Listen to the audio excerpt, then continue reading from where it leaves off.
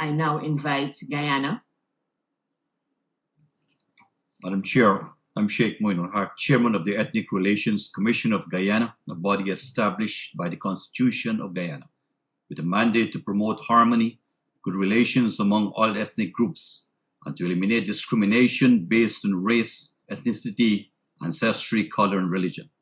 10 commissioners are democratically nominated by major constituency groups, including African, Indian, Amerindian, Christian, Hindu, Muslim, labor, youth, and the private sector, reflecting Guyana's diverse social fabric.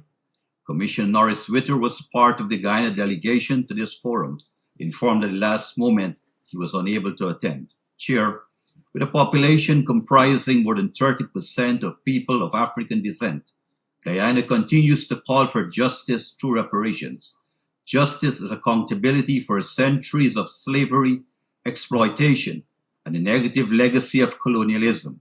Reparations is also about recognition of the pain, displacement, and the generational trauma inflicted by slavery. It is also about healing and reconciliation, which form the foundation for lasting peace. Our Caribbean community, CARICOM, 10-point plan for reparatory justice, outlines tangible steps forward.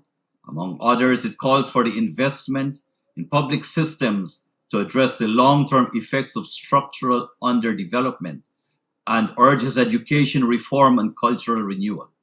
Africa and CARICOM are united in our call for reparations, as manifested in the theme of the African Union Summit last February, Justice for Africans and the People of African Descent through Reparations.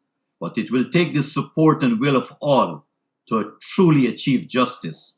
Let us use this moment to expand the support for reparations, underscoring that it is not about charity, it is about justice.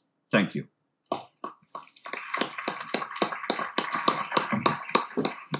Thank you, Guyana.